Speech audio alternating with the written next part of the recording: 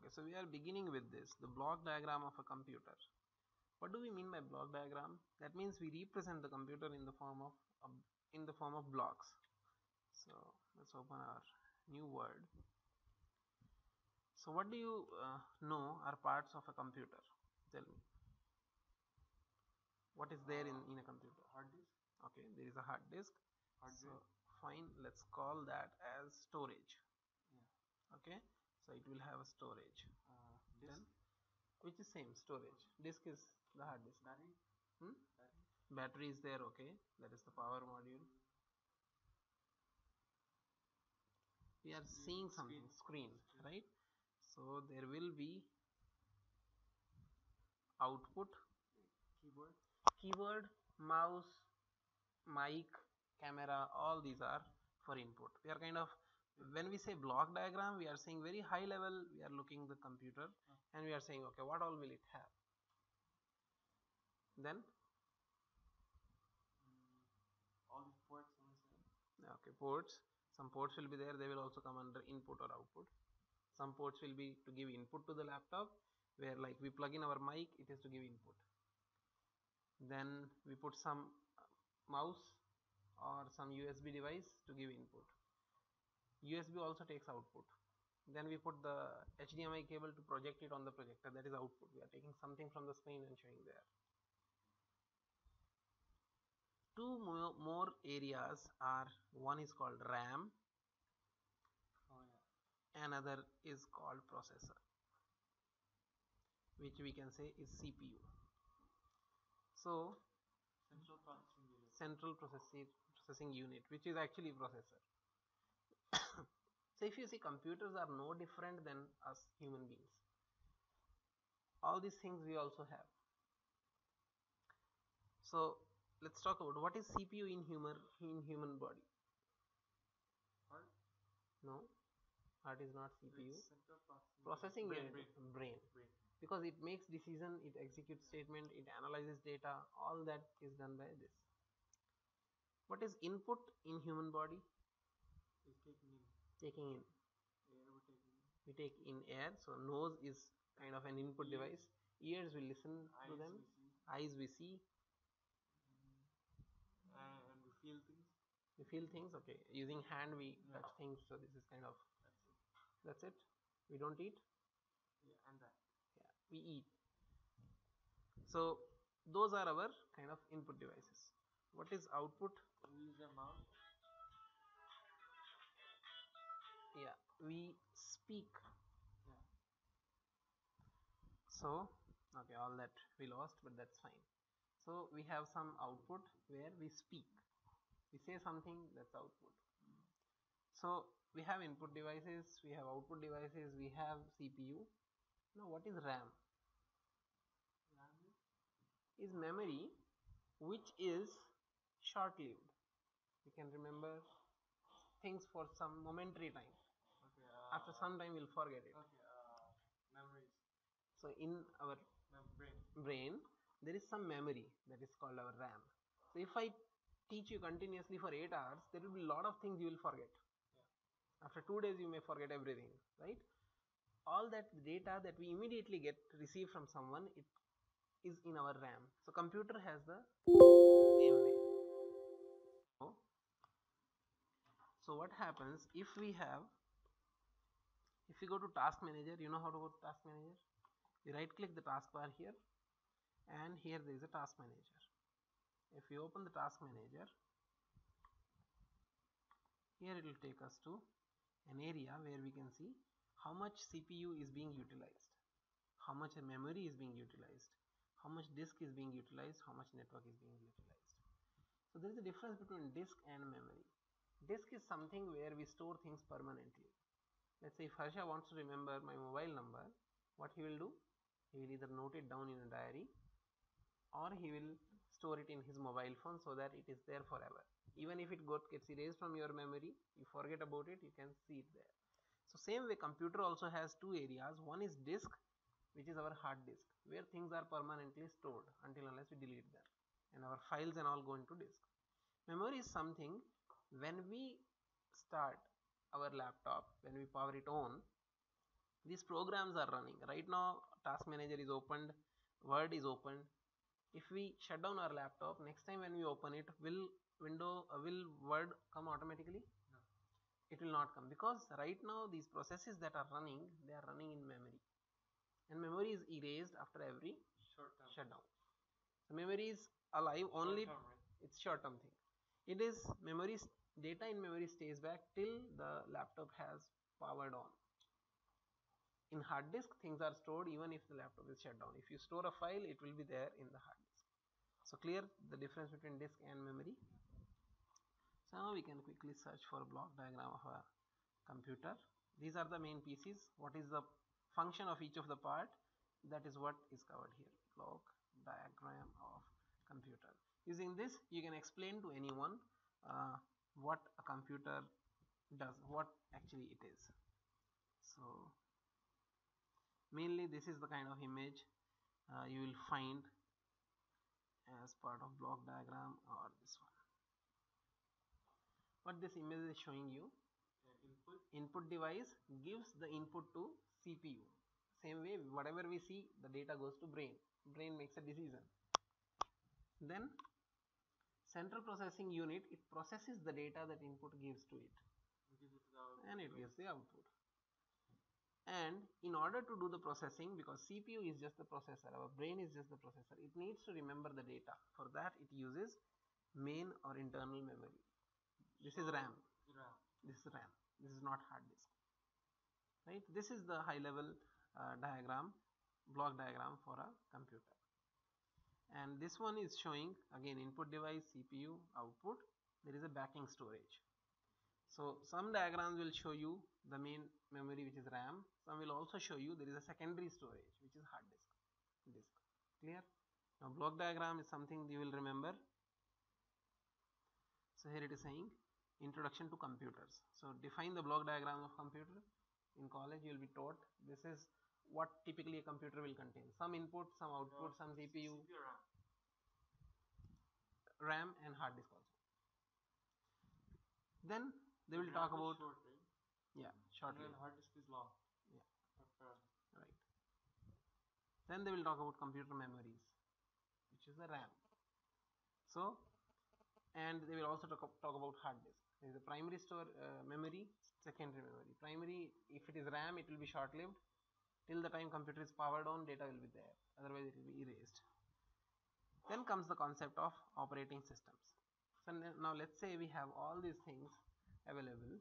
We have input devices, we have output devices, we have CPU, but how will it function? Like what we are using right now, it's Windows. That's the operating system. Some software program should be there which manages all these devices. That is called operating system. So what is an operating system? It manages all the hardware resources. So it's a software. Operating system is actually a software which manages our computer resources. It talks to input device, gets the data from it, gives it to CPU, gives it to CPU. CPU processes it, then gives it to OS. Operating system will give it to output. Operating system manages memory.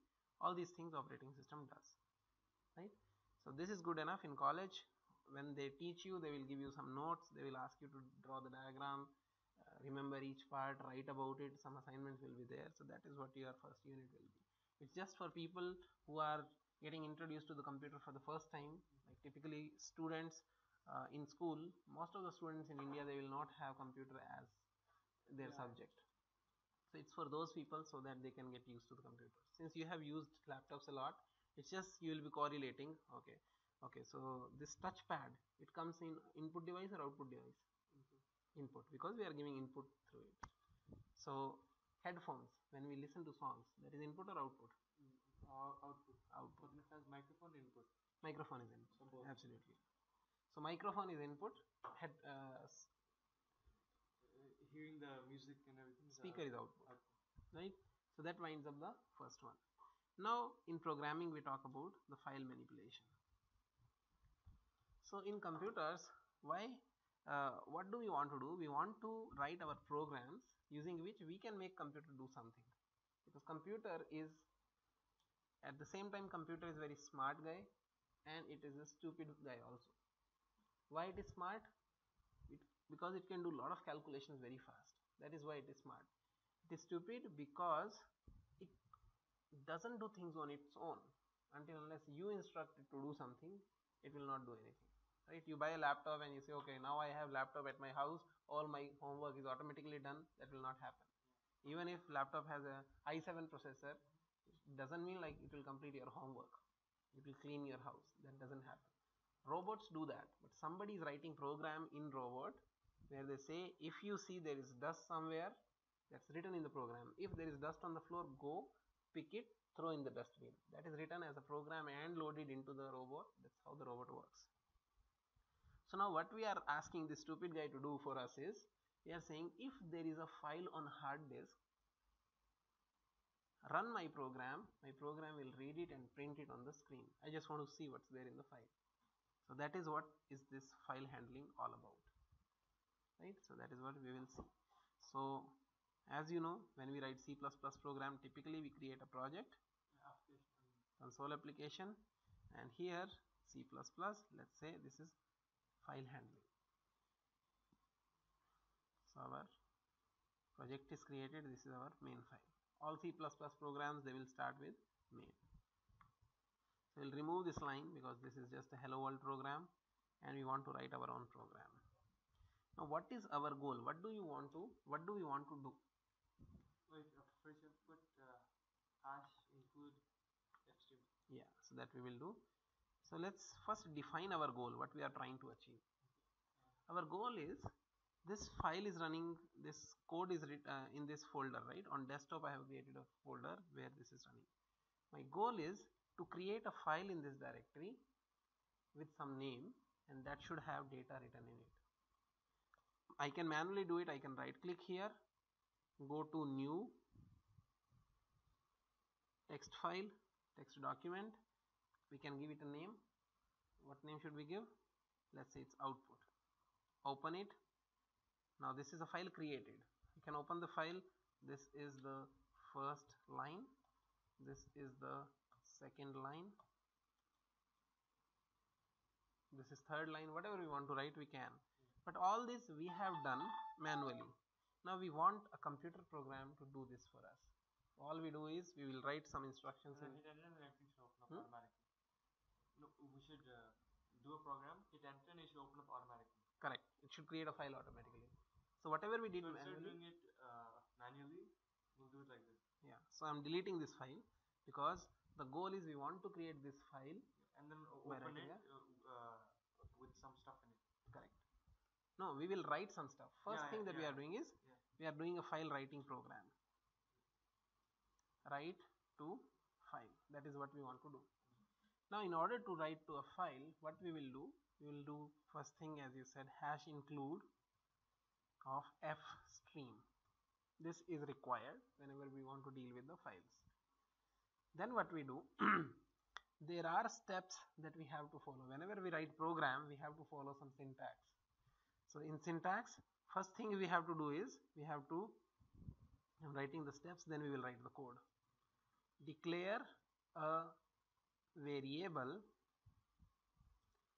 to point to a file. Similar to int variables, we declare to hold age and all.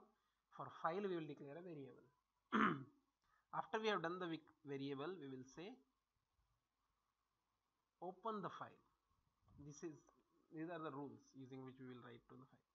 Third, we will say write data to file. It can be one line, it can be more lines. 4, close file. Right? Now how do we do that in C++? This same steps we did manually right now, right? We did not create a variable in that, but step 2, step 3, step 4 we did. So here what we are going to do, so let's declare our variable. How do we declare variable? OF stream, 3 letters when we type, it comes automatically. We hit enter. File. So this is a variable that will help us write to the file. Second thing, we open the file. How do we do that? We do file dot open bracket. In this bracket, in double quotes, we give the file path. So Here let me write output.txt.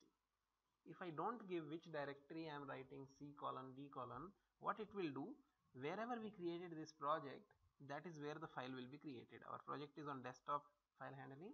The file will come here because we have not given the full path. So first we want to do like this. So we have opened the file. Now the file is open. It is similar to, we right click the file and we say open for editing. After the file is opened, then we want to write data to it. So let's write 3 lines in it. My name is Harsha. That's the first line we are writing. Okay, rather than writing on cout, cout prints on the console, on that command window. So here we have to file. Here we have to write in file. So we will say file this and we say my name is Harsha. After that we want to print a new line. Even that will go into the file. After this line, new line. Second line. Now whatever we write here, that will go into second line. I am a boy. Okay, bad boy. Okay, fine. So this we put, and third line, I am soon. Okay, good body, good boy.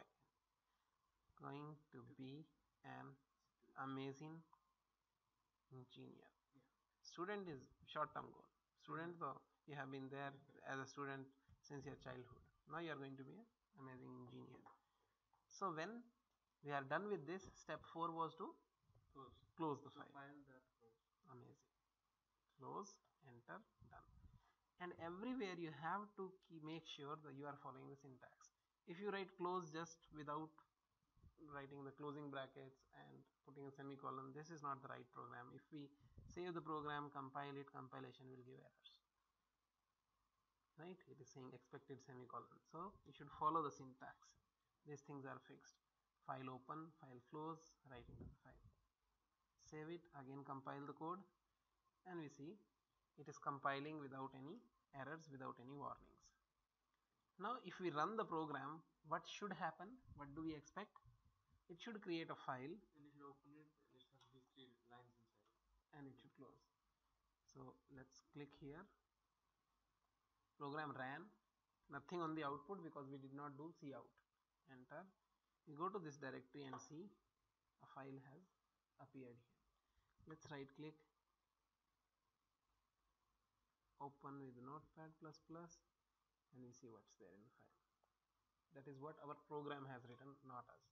So if we had to write 10 lines, 20 lines in the file, we can write a program to do that. So if you have to submit an assignment, in school time we used to write tables and submit to college, right?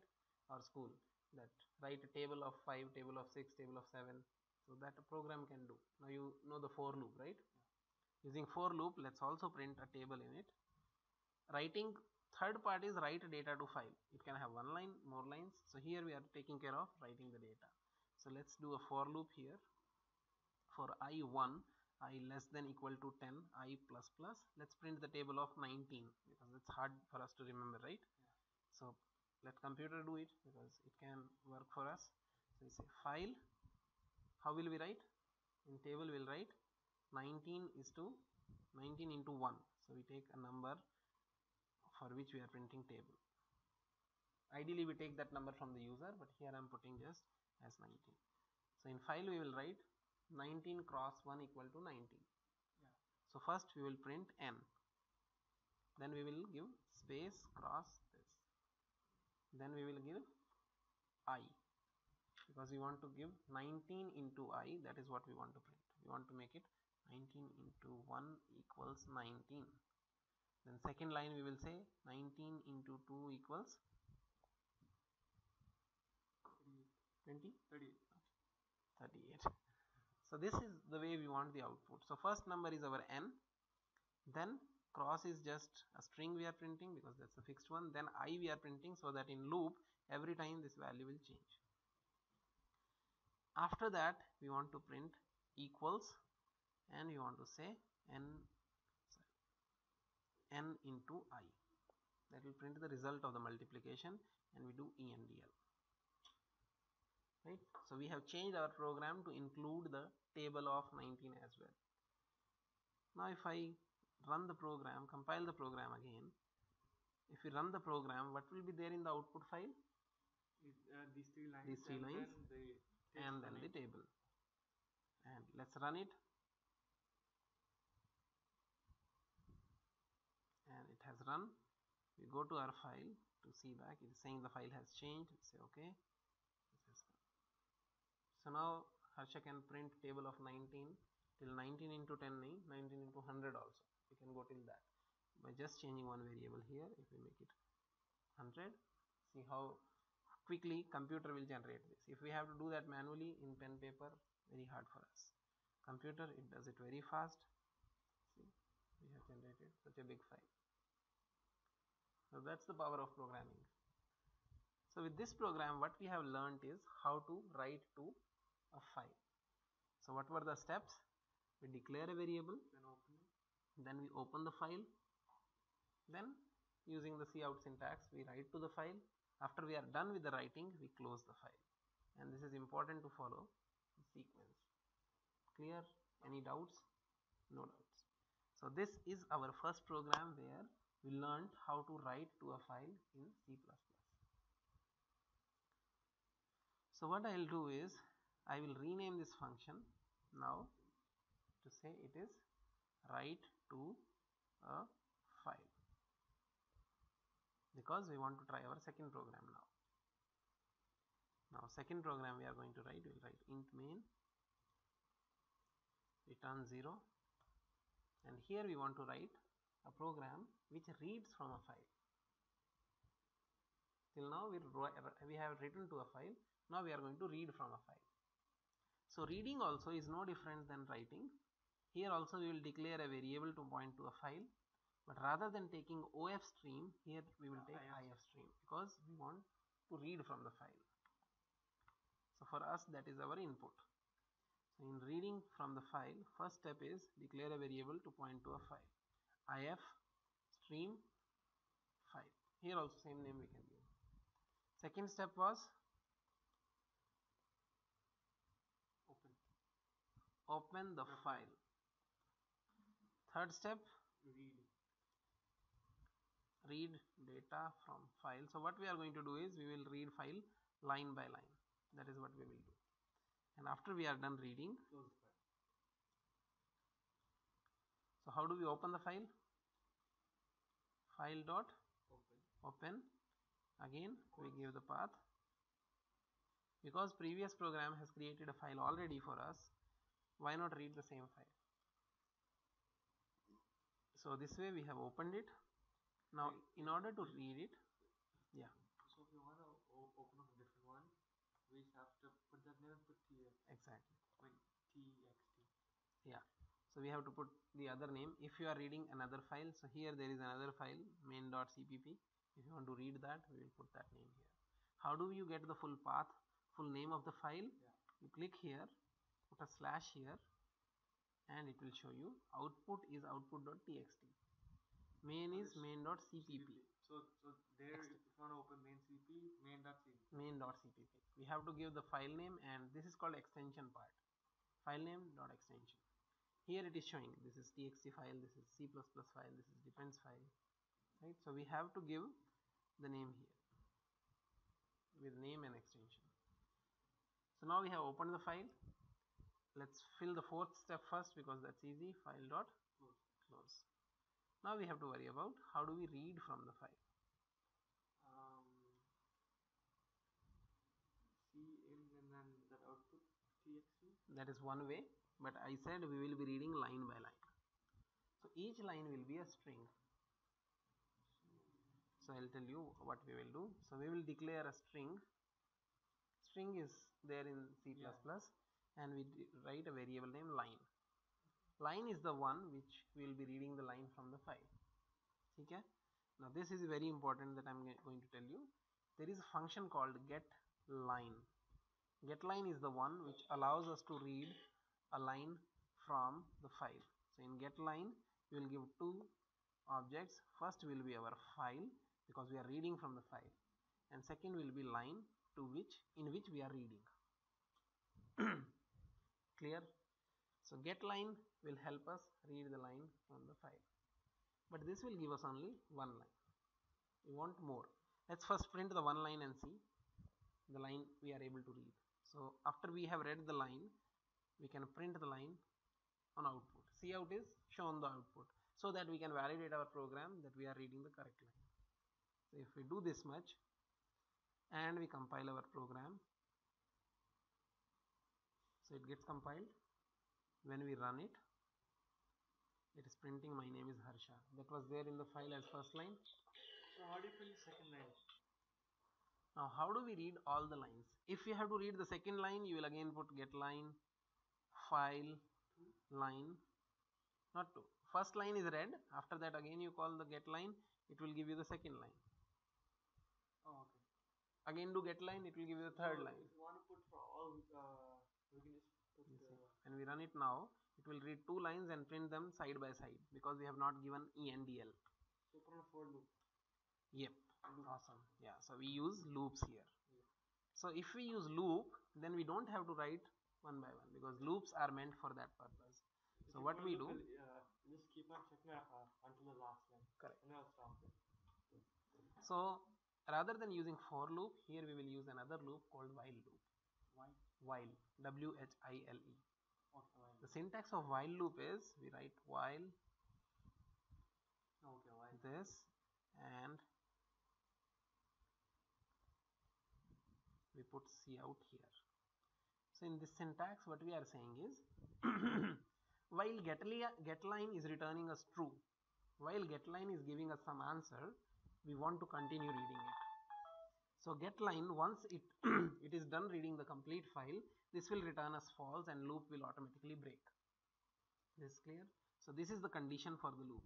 While getLine is returning true, read the line, print. Again go up, read next line. If it is true, print it. Read next line, print it. So this is the syntax for reading it line by line and printing on the output. Now when we are printing on the output, we want each line to be printed on separate line, ENDL. So if you read a line, do cout. Read another line, do cout. Continue doing that and print. So now let's run it again. And we see the complete file is being read line by line and loop automatically comes out once the complete file is finished. And we have the complete file here. And that is what our goal was to achieve. Clear? So this is about reading from a file and writing to a file. So this one is reading. Okay, so file management. So this is file handling. And that is what we wanted to cover. So in your syllabus, there are file handling functions. So we have done opening file, reading, we have done the reading part, we have done the writing part, we have not done the appending part. So that is also, I'll tell you, we have done the closing part also using the member functions of file stream object, right? So what do we mean by appending? So let's cover that also because that will wind up our complete topic. So here let me make it, rather than main, we say read file line by line. Now we go back to our previous one. We make it main because we want to run it. So this program, if we run again, our output file is already there. Here we have the output file, right? If I run my program again, it is again opening the output file. It is again writing to that. What happens to the output file? It overwrites that. If I run the program again, whatever is there in that file, it gets cleared off and then it writes it output. So its output is written and we say yes. If you see, once new changes have come again, even if I make some changes to this file and say this is my changed data. So in file I have written something. If I run my program, in my file right now, this is my change data was there. If I run my program again, we go to the file, we open the file and we will see that line has gone away. This is my change data. Because whenever we open the file, it automatically clears that off and starts writing what it wants to write. That is called writing. But if we want that whatever I have written, put that also, and whatever you are adding, just add in the end of the file. That is called appending. Append to the file. And that is what the next program for you will be. How do we append to a file? So in appending, we have to make sure of one extra thing with which appending will be done. Where is that gone? Code blocks. So this was writing to a file by clearing it off. So if we have to append, so let me make a copy of this because that will be your third program, and we put it in the end. And first one, I make it write to file. I'm reverting it that so that this program is intact. So in third program, we are saying whatever is there in the file, we should be appending to that. So in case of appending, when we are opening the file, we should mention with ios colon colon, we will say APP, which is open the file. In open, we are saying open the file in append mode. Don't open the file in clearing mode.